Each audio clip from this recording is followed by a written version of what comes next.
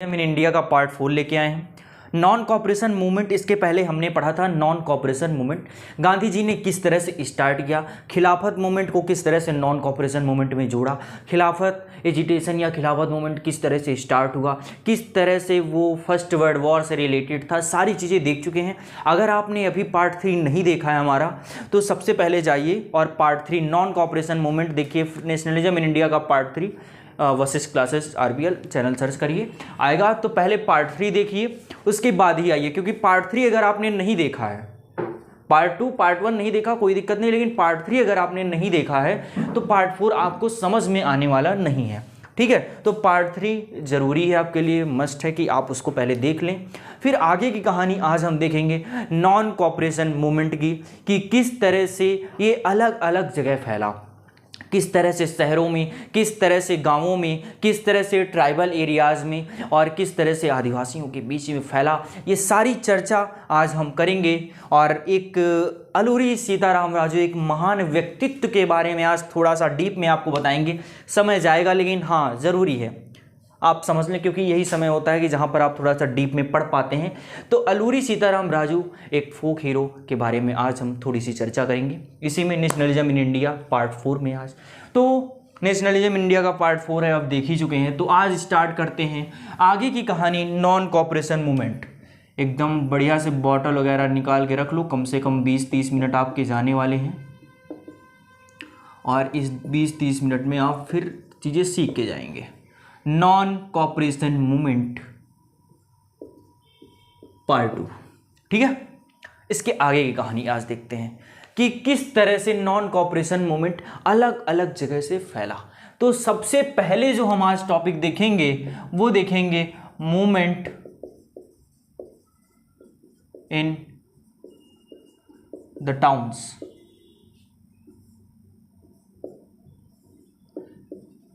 शहरों में किस तरह से, कस्बों में किस तरह से फैला।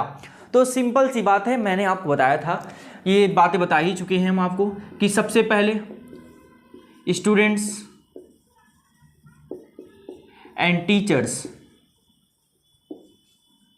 Left their colleges.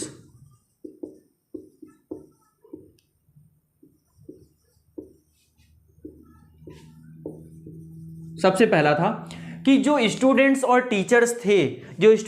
टीचर्स थे, उन्होंने क्या कर दिया था, स्कूल छोड़ दिए थे। दूसरी बात, लॉयर्स लेफ्ट देयर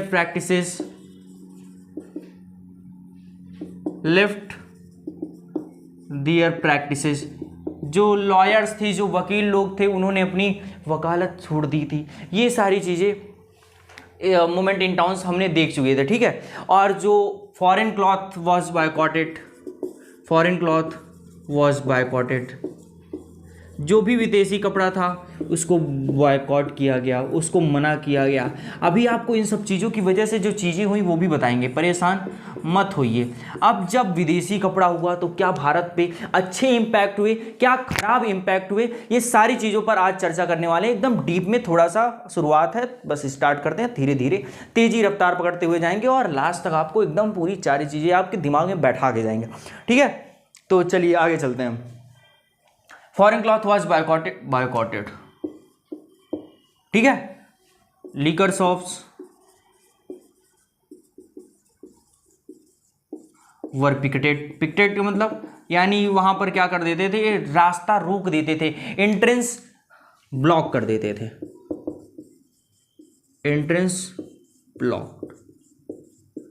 ब्लॉक कर देते थे, जाने का रास्ता ही ब्लॉक कर देते थे। तो कस्बों में क्या हुआ, देखो कस्बों में क्या हुआ, जितने भी स्टूडेंट्स और टीचर्स थे उन्होंने अपने स्कूल छोड़ दिया, अब स्कूल जाना छोड़ दिया, ठीक है। उसके बाद लॉयर्स थे, जो वकील थे, उन्होंने अपनी वकालत छोड़ दी। जितने भी फॉरेन क्लॉथ थे उनको लोगों ने क्या किया, बॉयकॉट किया। और लीकर शॉप्स जो थी, जितनी भी शराब वगैरह की दुकानें थी, उनके एंट्रेंस को बंद कर दिया। ये जल्दी से 1 2 3 4 5 जल्दी से इसको छाप लो और इसके आगे की कहानी स्टार्ट करते हैं। थोड़ा सा जो मेन चीज़ है वो हम आपको बताने जा रहे हैं कि इंपैक्ट क्या हुआ, मूवमेंट किस तरह से फैला। तो देखो यहां पर मूवमेंट इस तरह से फैला कुछ, कि जब फॉरेन क्लॉथ बायकॉट किया गया, फॉरेन क्लॉथ बायकॉट किया गया।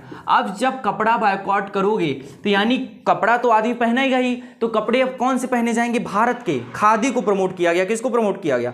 खादी को। अब जब खादी को प्रमोट किया गया, जब खादी को प्रमोट किया गया तो इनसे दो चीज़ें पैदा हुई, इनसे दो चीज़ें पैदा हुई, इससे दो चीज़ें। एक क्या हुआ? हैंडलूम, जो भारत की थी, हैंडलूम यानी जो हाथ से बुनाई करके कपड़े बनते थे,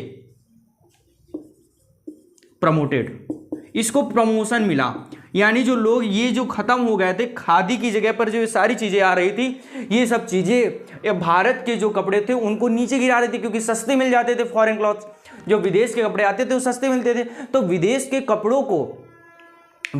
कपड़ों को हटाया गया, तो हैंडलूम वीविंग जो थी वो प्रमोट हुई। Khadi was promoted, khadi was promoted, khadi को प्रमोशन मिला, खादी और ज्यादा मामले में गई। और यहां पर क्या हुआ? 1921 टू 1922, 2 सालों के बीच में जो फॉरेन क्लॉथ का एक्सपोर्ट होता था, जो फॉरेन क्लॉथ वहां से आते थे, वो आधे हो गए सर। जितना कपड़ा आता था वो आधा हो गया। जो 102 करोड़ का आता था, 102 करोड़ का, अब वही ट्रेड 57 करोड़ का हो गया। 102 करोड़ टू 57 करोड़, ये जो था 102 करोड़ से 57 करोड़, 50 करोड़ गिर गया सर। अरे 45 हुआ है, मान रहे हैं तुम्हारी बात, ठीक है 45 मान लिया, ठीक, खुश, 45 करोड़ गिर गया, ठीक है सर। तो ये यहाँ पर दिक्कत हुई। एक ही फॉरेन क्लॉथ जब बायकॉट किया गया तो खादी का प्रमोशन हुआ, और उसी बीच में जब फॉरेन क्लॉथ बायकॉट किया गया तो फॉरेन क्लॉथ एक साल में ही हाफ हो गया। फॉरेन क्लॉथ अब आधा आ रहा था, और जो प्रोडक्शन था वो 102 करोड़ के बीच से 57 करोड़ में आके गिर गया था, 57 करोड़ तक आ गया था। ये बातें हुई, लेकिन सर दिक्कत क्या हुई कि ज़्यादा देर तक ये सिटीज़ में चल नहीं पाया मूवमेंट, शहरों में ये मूवमेंट नहीं चल पाया ज़्यादा। क्यों नहीं चल पाया? बस तुरंत बताते हैं। देखो क्या होता है कि अगर आप किसी चीज़ को ख़त्म करोगे, रिप्लेस करना चाहते हो, तो तुमको दूसरी चीज़ लानी पड़ेगी। कैसे समझते हैं, बस फोकस करो। देखो, अगर तुमको अपना घर छोड़ना है तो तुमको दूसरा घर बनाना पड़ेगा, तभी तो रहने जाओगे वहाँ पर। नहीं, जब तुम्हारे पास दूसरा घर ही नहीं है तो तुम इसको छोड़ कैसे सकते हो? तो दिक्कत यही हुई, शहरों में दिक्कत यही हुई कि लोगों ने स्कूल कॉलेजेस छोड़ तो दिए, लेकिन खुद के स्कूल कॉलेजेस थे ही नहीं। ये भाई, जब स्कूल कॉलेजेस छोड़े गए हैं तो अपने स्कूल कॉलेजेस हों तो हम वहां पर पढ़ने जाएं, लेकिन अपने खुद के थे ही नहीं, तो अब कितने दिनों तक छोड़ेंगे? तो जब बहुत दिनों तक नहीं छोड़ पाए लोग, देखो बात ही सुना करो, लिखते बहुत कम है, लिखना पसंद नहीं है भैया, तो जितना बोल रहे हैं यही तुमको समझना है। लिखते वैसे भी कम है। अगर आपने लेक्चर्स हमारे देखे हैं थोड़ा बहुत, अगर आपसे जुड़े हो या ऑफलाइन जो बच्चे जुड़े हैं वो जानते हैं कि लिखना बहुत कम, लिखाते बहुत कम है, समझाते हैं, क्योंकि समझ लोगे तो लिख अपने आप लोगे। समझने की कैपेसिटी बढ़ाओ, लिखने की नहीं।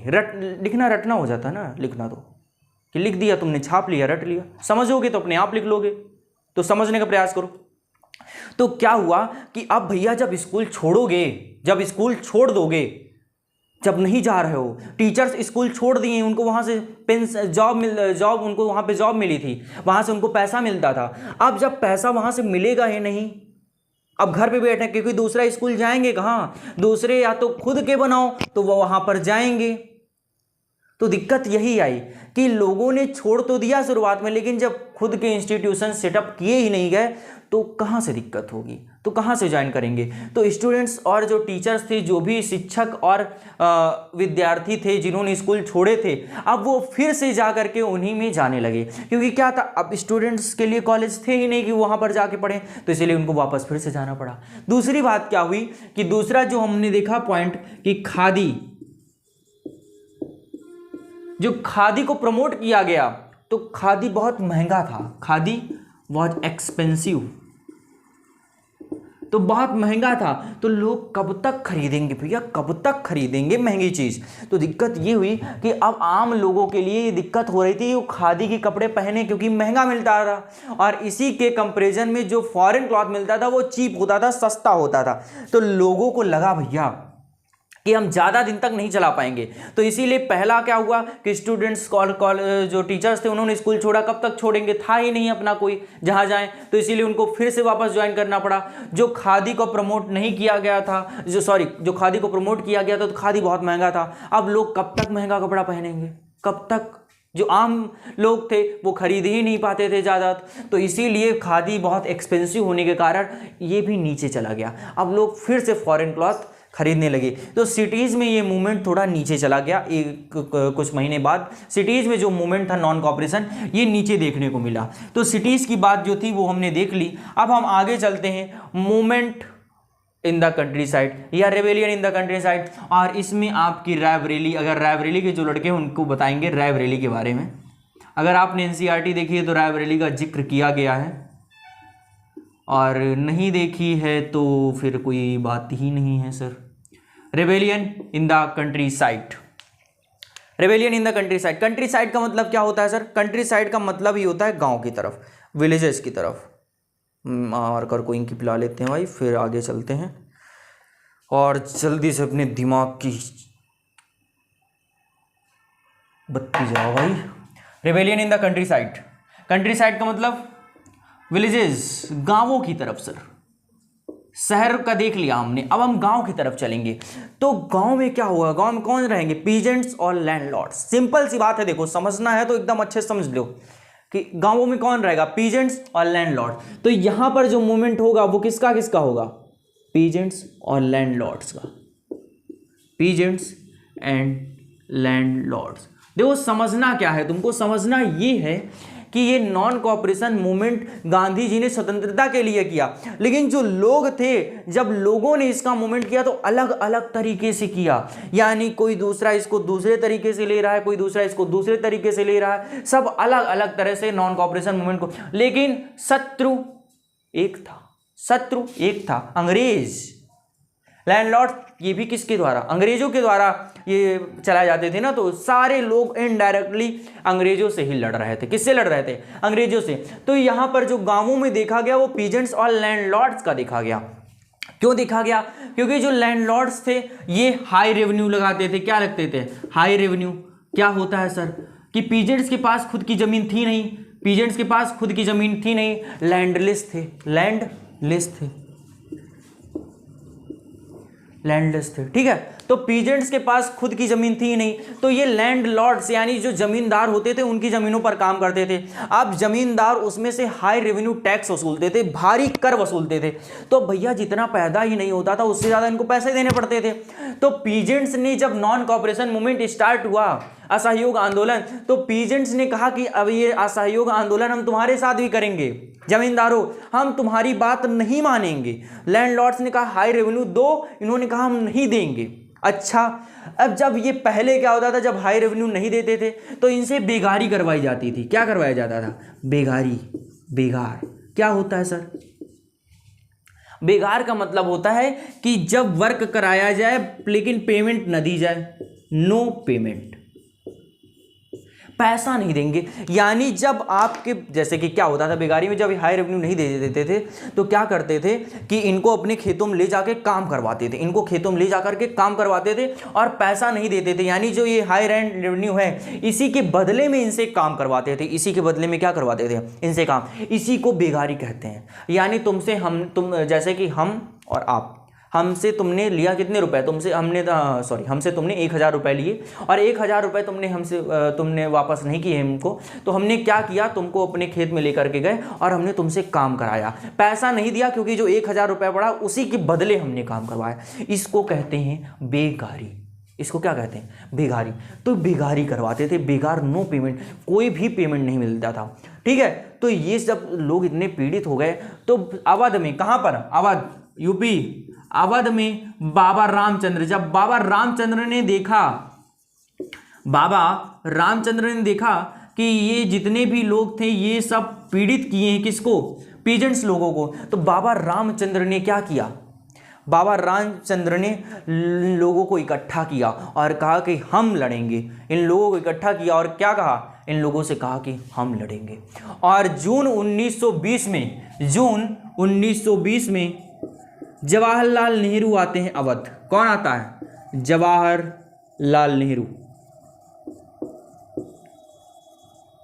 जवाहरलाल नेहरू 1920 कहाँ जाते हैं सर? अवध की तरफ। और अवध में जब देखते हैं कि किसानों को इतनी ज़्यादा दिक्कतें हो रही, हाई लैंड रेवेन्यू देना पड़ रहा है, जब नहीं दे पा रहे हैं तो बेकारी करवाई जा रही है, पैसा नहीं मिल रहा है, परेशान किया जा रहा है, तो जवाहरलाल नेहरू आए और जवाहरलाल नेहरू मिले किससे? बाबा रामचंद्र से। बाबा रामचंद्र ने उनको बताया कि ये कैसी कैसी दिक्कतें हो रही हैं, और फिर वहाँ पर जवाहरलाल नेहरू ने मिल करके बाबा रामचंद्र के साथ अवध किसान सभा या औध किसान सभा का क्या किया? निर्माण किया। किसका निर्माण किया?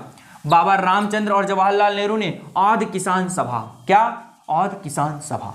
किसका? औध किसान सभा। क्यों औध किसान सभा? किसने? बाबा रामचंद्र, बाबा रामचंद्र एंड जवाहरलाल नेहरू। और भी बहुत लोग थे, लेकिन जो याद क्या करना है, ये याद रखना है, बाबा रामचंद्र एंड जवाहरलाल नेहरू, ये दोनों लोगों ने मिल करके किसका निर्माण किया? औध किसान। क्यों किया? पीजेंट्स के लिए किया। किससे? लैंडलॉर्ड से लड़ने के लिए। समझना तुमको यही है। ये बात समझ में आई? अब इसके आगे जो कहानी है वही बेन है। चलो अब आगे चलते हैं। जनवरी की बात है 1921 की। कब की बात है? जनवरी 1921 की। छोटा सा एक बॉक्स में दिया गया है, आपको बता देते हैं। रायबरेली की घटना है, ये बताने जा रहे हैं। सई नदी, रायबरेली में जितने बच्चे रहते हैं वो जानते होंगे सई नदी के पास शहीद स्मारक बना है, तो वो शहीद स्मारक की घटना आपकी उसमें दी गई है। ये भी असहयोग आंदोलन के समय में हुई थी। किसानों ने असहयोग आंदोलन किया था। कहाँ पर किया था? रायबरेली में। और जनवरी 1921 की बात है, जब किसान लोग कर रहे थे आंदोलन, तो वहाँ पर फायरिंग हुई और फायरिंग में बहुत लोग मारे गए। बहुत ज़्यादा सई नदी का पानी लाल पड़ गया था, लाल। इतने ज़्यादा लोगों के ऊपर गोलियां चलाई गई और किसान वहीं पर मर गए।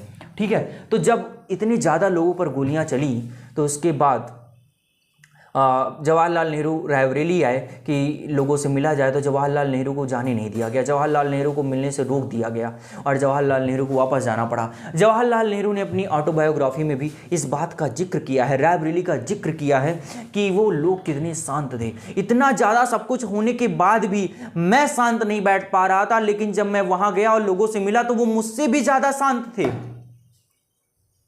एक व्यक्ति को गोली मार दे, आपके अंदर वायलेंस बढ़ जाता है, आप एकदम, आपका खून खौलने उठता है। रायबरेली के वो लोग एकदम शांत, नॉन वायलेंस एकदम उनके मन में। थोड़ी देर के लिए उनके अंदर नॉन वायलेंस की सारी बातें गायब हो गई, लेकिन फिर से वही गांधी के विचार उनमें फिर आ गए।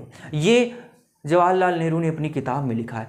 थोड़ा सा जिक्र किया गया है एनसीईआरटी में बॉक्स में रायबरेली के बारे में, तो इतना ही था। अब इसके आगे जो बात है वो है अलूरी सीताराम राजू की। किसकी है? अलूरी सीताराम राजू की। कंट्री साइड में ही क्या था कि कंट्री साइड में एक बात हमने ये देखी कि पीजेंट्स ने लैंडलॉर्ड से कैसे किया, क्यों किया, ये भी हमने बताया। हाई लैंड रेवेन्यू था, बेगारी करवाई जाती थी, इसलिए उन्होंने किया। अब आगे हम देखते हैं ट्राइबल लोगों के बारे में। किसके बारे में देखते हैं? ट्राइबल, आदिवासी लोगों ने क्यों किया।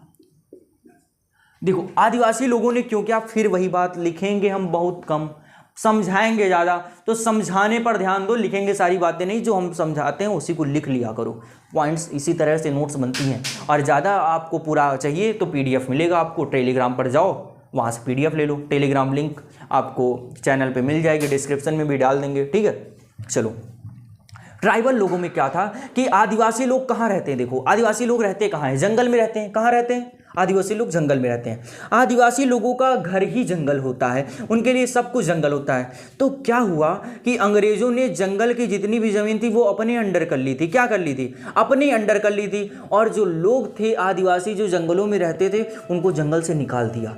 अब जाएंगे कहाँ? तो उनको क्या करते थे? उनसे बेगारी करवाते थे। उनसे क्या करवाते थे? बेगारी। और बेगारी किस लिए करवाते थे? रोड बनाने के लिए। रोड, पैसा देते ही नहीं थे सर, बेगारी जबरदस्ती करो, रोड बनवाते थे। आधे लोगों को प्लांटेशन के लिए लेके चले गए, चाय चाय की खेती वेती करवाई उनसे, कॉफ़ी वगैरह की खेती करवाई, आंध्र प्रदेश में गोडा मिल्स में सब लोगों को लेके गए और इस तरह की चीज़ें करवाई। तो क्या हुआ, लोग बहुत ज़्यादा इनसे परेशान हो गए। ट्राइबल क्यों परेशान हुए? क्योंकि जितने भी आदिवासी लोग लगता था, उनको लगता था कि इन्होंने हमारा अधिकार छीन लिया, ये हमारा अधिकार है कि हम जंगल में रहेंगे, जंगल हमारी जमीन है, इन्होंने हमारा अधिकार, हमारी जमीन छीन ली है। इसलिए आदिवासी लोगों ने भी क्या किया, इनके खिलाफ विद्रोह कर दिया। और आदिवासी लोगों को जोड़ने में जिस व्यक्ति ने साथ दिया, जो व्यक्ति आदिवासी लोगों के लिए मसीहा नहीं भगवान बन के आया, मसीहा नहीं भगवान, आपकी किताब में लिख के मिलता है कि वो अपने आप को भगवान बताता था। और इस बात पे हंसना मत कि वो अपने आप को भगवान कहता था। आपको आज उसकी कहानी बताते हैं। अलूरी सीताराम राजू, जो व्यक्ति उन लोगों के लिए भगवान बन के आया और जो कहता था कि मैं भगवान हूं, मुझे अंग्रेजों की गोली नहीं लगेगी, ये बातें मैं नहीं कह रहा, आपकी किताब में लिखी हैं।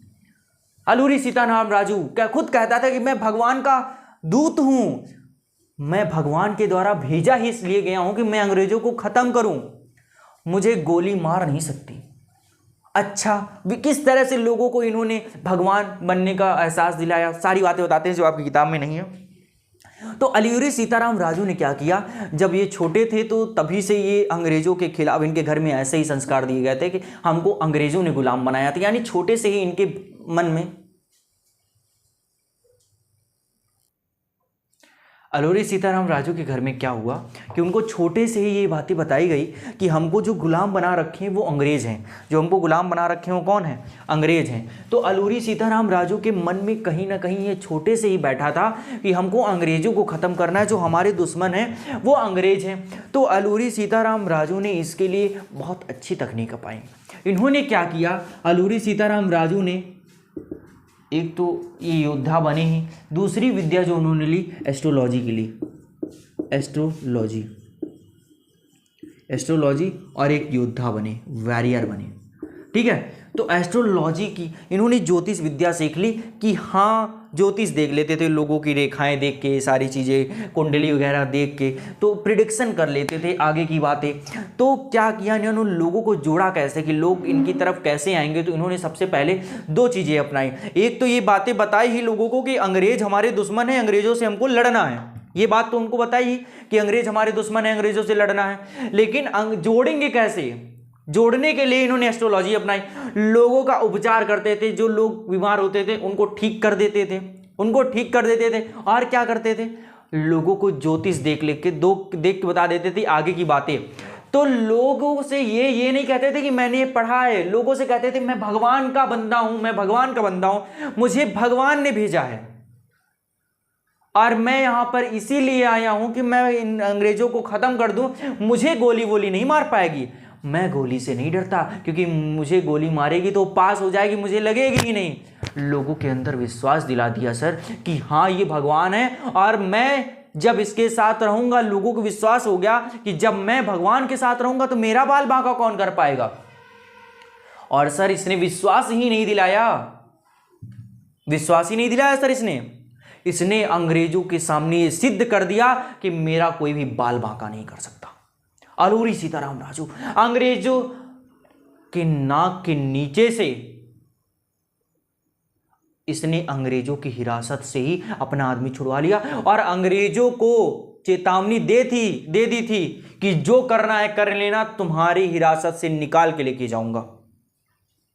अंग्रेजों को चेतावनी दे दी कि तुमको बचाना है तो बचा लो, तुमको जितनी सुरक्षा करनी है कर लो, मैं अपने दोस्त को निकाल के रहूंगा। और निकाले भी ये बात थी। और एक भी इतनी पूरी फौज थी अंग्रेजों की, एक भी आदमी अलूरी सीताराम राजू को पकड़ नहीं पाया।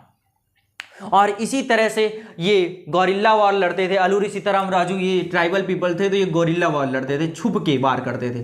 गोरिल्ला वॉर में क्या होता था, छुप के पोजीशन बदल के, अभी इस समय फिर थोड़ी देर बाद उस जगह, तो छुप के करते थे, पहाड़ियों में करते थे। इसीलिए अलूरी सीताराम राजू को कभी कोई पकड़ ही नहीं पाया। ये था बंदा। अब किताब के मायने में चलोगे तो किताब में थोड़ा सा यहाँ पर गलती दी जाएगी कि अलूरी सीताराम राजू के बारे में पूरा नहीं दिया गया, सिर्फ ये लिख दिया गया कि ये अपने आप को भगवान बताते थे, ये सारी बातें थी, तो पूरा नहीं बताया गया अलूरी सीताराम राजू के बारे में। तो पूरी बातें क्या है, अलूरी सीताराम राजू भगवान क्यों थे ये बातें मैंने आपको बताई। लोगों को जोड़ने का काम था सर, क्योंकि मुझे लगा कि जब मैं क्लास 10th में था तो मुझे लगा बड़ा अजीब कि ये अपने आप को भगवान बताते थे। इसके बाद मैंने पढ़ा तो मतलब ये पता चला, तो मैंने बताया कि लोगों के मन में भी यही आएगा कि भगवान बताते थे ऐसा क्या। तो कारण था सर इसके पीछे एस्ट्रोलॉजी, इसलिए कि लोगों को जोड़ सके, लोगों को जोड़ सके, इसीलिए इन्होंने एस्ट्रोलॉजी पढ़ा और लोगों को जोड़ा। और जिस युद्ध से लड़ते थे गोरिल्ला, आज छिप जाते थे, छिप छिप के वार करते थे, तो अंग्रेज कभी पकड़ ही नहीं पाया सर। और अंग्रेजों को एकदम हिला के रख दिया था, किसी को भी अंग्रेज पकड़ते नहीं थे ट्राइबल पीपल में, किसी को भी नहीं। इतना खौफ बना के रख दिया था अलूरी सीताराम राजू का। रंपा जगह नाम था, रंपा जगह का नाम था सर। अंग्रेज कांपते थे उस जगह में जाने से, उस जगह जाने से सिर्फ कांपते थे। और फिर क्या हुआ, केरला की ही मालाबार की एक पुलिस, केरला की मालाबार की क्योंकि पुलिस भेजी गई, क्योंकि क्या है कि केरला वहीं पर है, आंध्र प्रदेश, ये आंध्र प्रदेश के थे सर, ये भी जान लीजिए। कहाँ के थे, आंध्रा के, आंध्र प्रदेश। तो क्या हुआ सर कि केरला के मालाबार से पुलिस भेजी गई, क्योंकि उनको पहाड़ी इलाकों में पता था, पहाड़ी इलाकों के बारे में पता था। तो ये जहाँ रहते थे उस जगह का नाम रंपा था, और रंपा में जा करके केरला की मालाबार पुलिस ने इनको गोली मारी थी। और यहाँ पर हालांकि ये आज भी लोग मानते नहीं है, वहाँ के जाएंगे आप तो वहाँ के लोगों से कहेंगे कि मरे थे अलूरी सीताराम राजू, तो कोई कहता नहीं कि अलूरी सीताराम राजू मरे थे, क्योंकि दाढ़ी वगैरह इन्होंने बढ़ा ली थी, तो अंग्रेज इनको पहचान नहीं पाए थे।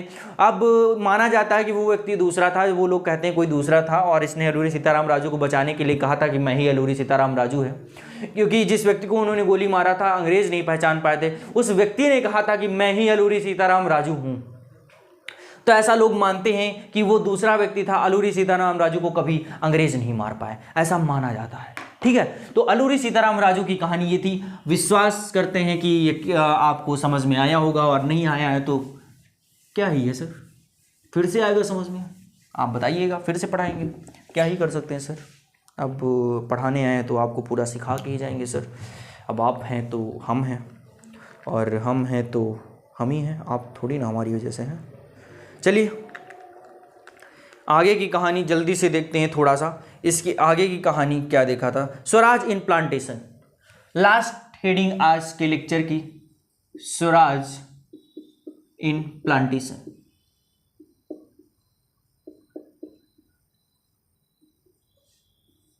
तो सबसे पहले सर प्लांटेशन का ही मतलब समझ लेते हैं। सबसे पहले प्लांटेशन का मतलब समझते हैं। तो प्लांटेशन का मतलब होता है कि सिंगल क्रॉप, जब सिंगल क्रॉप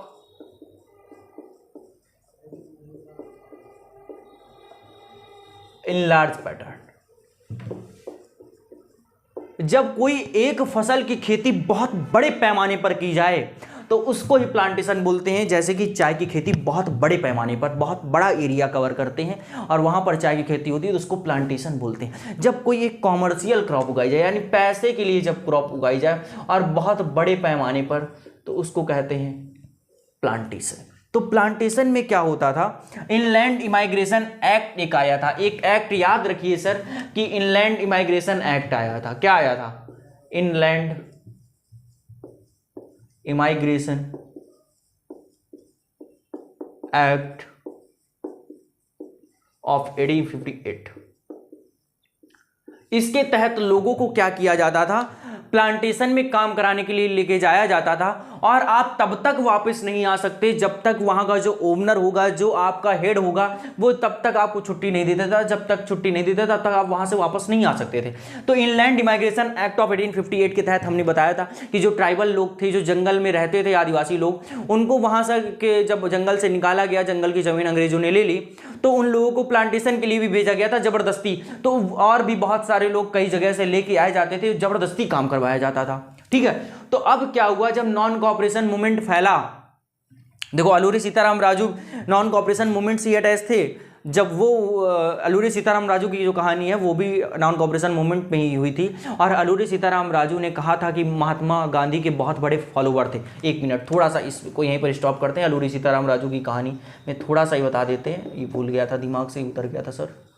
अलूरी सीताराम राजू ये नॉन कोऑपरेशन मूवमेंट के सपोर्ट में थे। ये किसके थे, एनसीएम सपोर्टर थे, एनसीएम सपोर्टर, ये एनसीएम को सपोर्ट करते थे। दूसरी बात, फॉलोअर थे किसके, महात्मा गांधी को बहुत फॉलो करते थे। और महात्मा गांधी, सुभाष चंद्र बोस, जवाहरलाल नेहरू, सब लोगों ने कहा था, महात्मा गांधी ने तो कहा था कि वीरात्मा है सर, एक वीर आत्मा है। और सुभाष चंद्र बोस ने कहा था कि सर इनका योगदान तो अमर है, इनका योगदान कभी भूला ही नहीं जा सकता है। हालांकि आज बहुत कम लोगों को इनका नाम मालूम होता है, अल्लूरी सीताराम राजू को, लेकिन बहुत बड़े बड़े लोगों ने इनके बारे में लिखा है सर, अपनी किताबों में लिखा है। तो अल्लूरी सीताराम राजू की ये बात है। और जो मैंने बताया था वही जो बताया जाता है अल्लूरी सीताराम राजू के बारे में कि 1924 में इनकी डेथ हुई थी, लेकिन लोग नहीं मानते हैं। मैंने आपको बताया है क्यों, ठीक है, लोग नहीं मानते हैं, ठीक है। तो अल्लूरी सीताराम राजू की ये कहानी थी कि एनसीएम को इन्होंने सपोर्ट किया था, एनसीएम के लिए, और महात्मा गांधी के फॉलोअर थे। चलो अब जल्दी से फिर से अपने टॉपिक की तरफ आते हैं। Inland immigration act of 1858। लोगों को जंगल में लेके जाया जाता था, प्लांटेशन में लेके जाया जाता था, उनसे जबरदस्ती काम करवाते थे और उनको छुट्टी नहीं देते थे, ठीक है। तो क्या हुआ कि जब एनसीएम फैला, जब लोगों को पता चला कि नॉन कॉपरेशन मूवमेंट, असहयोग आंदोलन चला है, बहुत भारी मात्रा में अंग्रेजों के खिलाफ उसको बॉयकॉट किया जा रहा है, अंग्रेजों को बॉयकॉट किया जा रहा है, तो यहाँ के लोगों की जो प्लांटेशन में काम करते थे उन लोगों के भी चेहरे में थोड़ा सा चमक आई, उन लोगों के दिलों में एक आशा का दीपक जला, एक आशा झलकी, एक उम्मीद आई कि अब हम भी जाएंगे। और जब उन्होंने देखा कि नॉन कॉपरेशन मूवमेंट अपनी चरम सीमा पर है तो उन्होंने स्वराज की मांग कर दी। किसकी मांग की? स्वराज। कहा कि अब गांधी राज आ गया है, अब गांधी राज आ गया है। वो ये कहते थे कि गांधी राज का मतलब जहां पर सब स्वतंत्र हैं, फ्रीडम है सबके पास। तो लोगों को लगा, जितने भी लोग काम करते थे उनको लगा कि गांधी राज आ गया। वर्कर्स को लगा, किसको लगा? वर्कर्स को। और वो क्या हुए, उन्होंने प्लांटेशन को छोड़ दिया और उन्होंने अपनी जितने भी लोग थे वहाँ की बातें मान करके पूरा तोड़ के ये चले आए गांधी राज। इनको लगा कि अब गांधी राज आया है सबसे। और गांधी राज का ये शब्द प्रयोग करते थे जो पीजेंट्स फार्मर्स लोग थे, लैंडलॉर्ड से कहते थे गांधी राज आया। गांधी जी ने कहा कि किसी को टैक्स नहीं देना है। ये महत्ता थी सर गांधी जी की। गांधी जी बहुत आपको बताया सर गांधी जी के बारे में। अब तो आप इस व्यक्ति के बारे में थोड़ा सा झलक देख ही लिए होंगे। इस व्यक्ति के अंदर पावर बहुत है, बहुत पावर सर, पावर का खान है सर। अभी तो इसकी आगे बहुत आगे आपको बात बताएंगे गांधी जी की कि सर इसके आगे ये नॉन कॉपरेशन मूवमेंट बंद हुआ सर, पूरा देश इनको फिर से कहने लगा था गांधी जी किसी काम के नहीं। उसके बाद फिर से अपने नाम का परचम लहरा दिया सर। गांधी जी एक अलग ही किस्म के आदमी, ठीक है।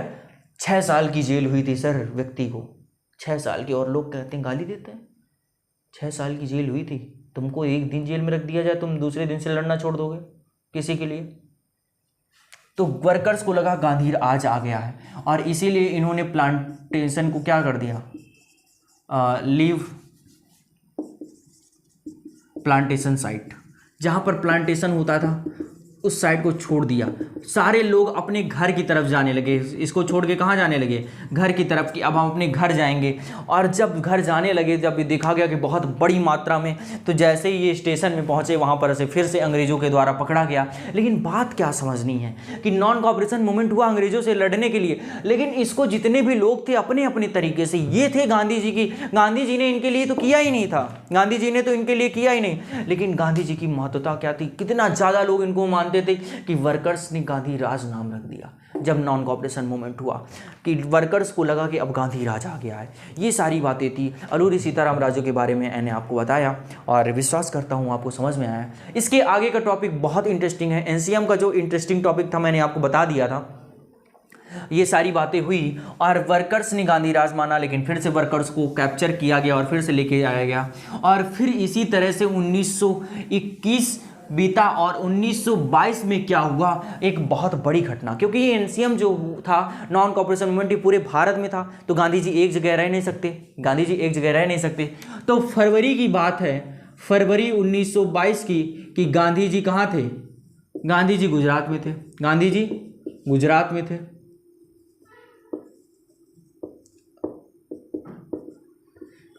कहाँ थे? गुजरात में। और जितने भी लोग गांधी जी गुजरात में और जितने भी लोग थे अलग अलग जगह के, वो अपनी अपनी जगह पर लीड कर रहे थे मूवमेंट को। तो इसी तरह से अवध यानी यूपी, अवध यानी यूपी में भी लीड कर रहे थे यहीं के लोग। तो एक गोरखपुर जिला है, यानी जहाँ के आपने बाबा जी हैं योगी जी, गोरखपुर में क्या है, एक स्टेशन पड़ता है, एक जगह का नाम है चौरी चौरा। चौरी चौरा एक जगह का नाम है, एक स्टेशन भी है चौरी चौरा के नाम से, स्टेशन वहीं है जहाँ जगह है। तो चौरी चौरा में क्या हुआ कि कुछ लोग इसी तरह से कर रहे थे, पूरा जिस तरह से बॉयकॉट कर रहे थे, सब लोग हड़ताल दे रहे थे। तो क्या किया लोगों ने, एक जो लोग आंदोलन कर रहे थे उनके ऊपर पुलिस ने गोलियां चला दी। क्या कर दी, गोलियां चला दी। 4 फरवरी की बात है, गोलियां चलाई। और फिर क्या हुआ, जब 4 फरवरी को गोलियां चलाई गई लोगों के ऊपर और फालतू में चलाई गई, सिर्फ वो पीसफुल डिमॉन्स्ट्रेशन कर रहे थे, तो 5 फरवरी को पूरी भीड़ गई और जो पुलिस स्टेशन था उस पर उन्होंने आग लगा दी। इतना ज़्यादा लोगों के अंदर गुस्सा आ गया था कि पूरी भीड़ गई और उन्होंने पूरा पुलिस स्टेशन फायर कर दिया, पुलिस स्टेशन जला दिया। और पुलिस स्टेशन जब जलाया तो 22 पुलिसकर्मी, यानी 22 पुलिस के आदमी थे, वो मर गए थे। 22 पुलिसकर्मी इसमें मरे।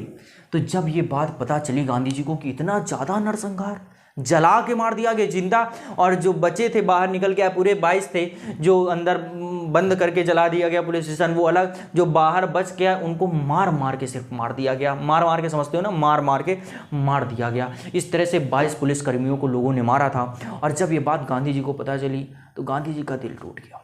उन्होंने कहा कि अभी तुम लोग मोमेंट को समझ नहीं पाए हो, मुझे लगा था कि तुम पूरे एक देशव्यापी आंदोलन के लिए तैयार हो, लेकिन तुम लोगों ने क्या किया, नॉन वायलेंस अपना लिया, वायलेंस अपना लिया। मैंने कहा था कि नॉन वायलेंस रहना, शांति रखना, लेकिन तुम अभी शांति नहीं सीख पाया। लेकिन क्या हुआ कि जब ये नॉन कॉपरेशन मूवमेंट बंद किया गया तो बहुत ज़्यादा दिक्कतें हुई।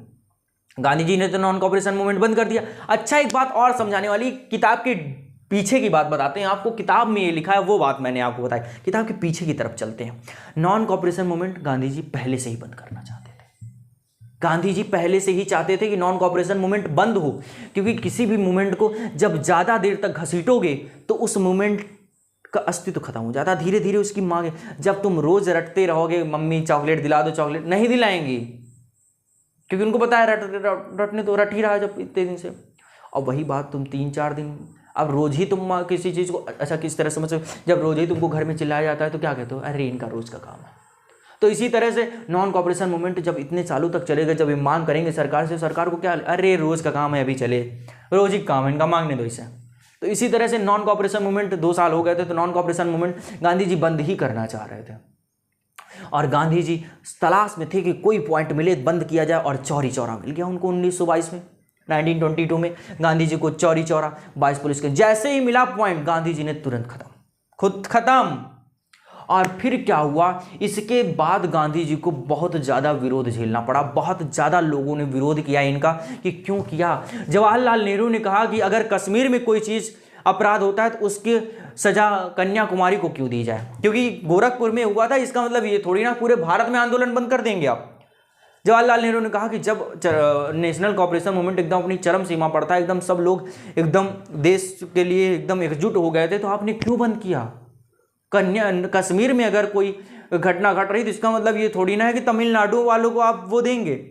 ये कहा। सुभाष चंद्र बोस ने कहा कि मुझे समझ ही नहीं आया कि आखिर गांधी जी ने इसको बंद क्यों किया, कि जब अपनी चरम सीमा पर पहुंच चुका था, जब सारे लोग एकदम उत्साह से भरे हुए थे, तो इसको आखिर क्यों बंद किया। सारे लोग इनका विरोध कर, और धीरे धीरे जितने भी लोग थे सब विरोध करने लगे पूरे भारत में गांधी जी का, कि गांधी जी ने जो बंद कर दिया नॉन कॉपरेशन मूवमेंट। और एक बात और आपको बताते हैं, नॉन कॉपरेशन मूवमेंट जब बंद किया तो भगत सिंह छोटे थे उस समय, और भगत सिंह गांधी जी से यहीं से नफरत करने लगे थे। गांधी जी और भगत सिंह बहुत ज़्यादा फॉलोअर थे। भगत सिंह छोटे से इनका सिर्फ नाम जपते थे, लेकिन जब गांधी जी ने बंद कर दिया तो भगत सिंह को बहुत ज़्यादा अंदर से ठेस पहुंची, और इसीलिए उन्होंने वायलेंस का रास्ता अपनाया कि इस नॉन वायलेंस से नहीं हो पाएगा, और वायलेंस अपनाया। भगत सिंह यहीं से थोड़ा सा इनके और गांधी जी के विचार में थोड़ा सा फर्क आया था इसी नॉन कॉपरेशन मूवमेंट के बंद करने के बाद। तो ये बातें थी। अब गांधी जी को अरेस्ट तो करना चाह रहे थे अंग्रेज, लेकिन क्या बात थी कि जब ये चौरी चौरा हुआ था तो उस समय बहुत लोग गांधी जी के साथ थे। फिर धीरे धीरे विरोध बढ़ना शुरू हुआ। तो गांधी जी को जब ये हुआ था उस समय अंग्रेज बंद नहीं कर सकते थे, और जैसे ही 1 महीने बाद देखा कि पूरे देश में गांधी जी का विरोध चल रहा है, जब देखा पूरे देश में विरोध चल रहा है, अंग्रेजों ने कहा उठा लो इनको। मार्च में 10 मार्च को गांधी जी को 6 साल की सजा सुना दी गई। 6 ईयर्स, 6 साल की जेल की सुनाई है। अब गांधी जी थे ठहरे वकील, गांधी जी लगा दिए अपना दिमाग।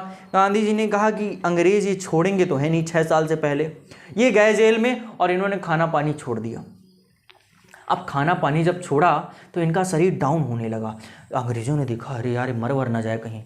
अब अंग्रेजों ने कहा यार मर वर गया तो बड़ी दिक्कत की बात, पूरे देश वाले तो हमारे ऊपर एकदम पूरा सब पुलिस स्टेशन जला के रख देंगे। अभी तो एक ही जलाए थे चौरी चौरा में, अब तो पूरे जला के रख देंगे। तो जब ये बात, बहुत दिमागी आदमी थे भाई, इन्होंने कहा 6 साल से पहले तो निकालेंगे नहीं। अब ये गए थे 1922 में, तो ये खाना पीना छोड़ दिया। और जो कोई इनसे मिलने जाता है उसे कहते भाई खाना वाना नहीं मिल रहा कुछ भी। वो पूछता जब इनकी हालत देखता तो कहता। बाहर एक बात फैल गई कि अंग्रेज़ गांधी जी को यातनाएं दे रहे हैं जेल के अंदर, उनको खाना पीना नहीं दे रहे। पूरे देश में मांग उठने लगी कि गांधी जी को छोड़ा जाए, गांधी जी को रिहा किया जाए, गांधी जी को रिहा किया जाए, गांधी जी। पूरा फिर से अपना फेम वापस प्राप्त कर लिया गांधी जी ने। और 2 ही साल बाद, 6 साल की जेल हुई, 2 ही साल बाद 1924 में गांधी जी को वापस छोड़ दिया गया। गांधी जी को जेल से वापस, और गांधी जी जैसे ही जेल से वापस छूटे, अंदर तो एकदम ऐसे रहते थे भैया अब मरने वाले हैं। जैसे छूटे एकदम खड़े हुए, एकदम सीना हीना तान के, अब पहुंच गए कर्नाटक में।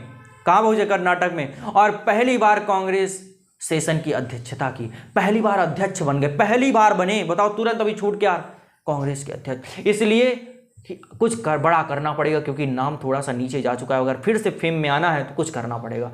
और जैसे ही कर्नाटक की अध्यक्षता की, फिर पूरी तरह से गांधी जी के नाम का परचम लहराने लगा। और उसके बाद इरविन की कमर तोड़ के रख दी सर, इरविन की कमर तोड़ के रख दी इस व्यक्ति ने, लॉर्ड इरविन। और 1924 के बाद साइमन कमीशन के बारे में पहले पढ़ेंगे, फिर उसके बाद हम देखेंगे डांडी मार्च के बारे में, और डांडी मार्च क्यों हुआ, कारण उसका जानेंगे। और गांधी जी ने इरविन को जो मांगे दी, 11 डिमांड्स दी, वो 11 डिमांड्स थी ही ऐसी कि इरविन कभी माने ना। क्योंकि ये सारी बातें आपको एकदम डिटेल में बताएंगे। और अगले लेक्चर के लिए वेट करिए, जल्दी मिलते हैं। धन्यवाद, जय हिंद।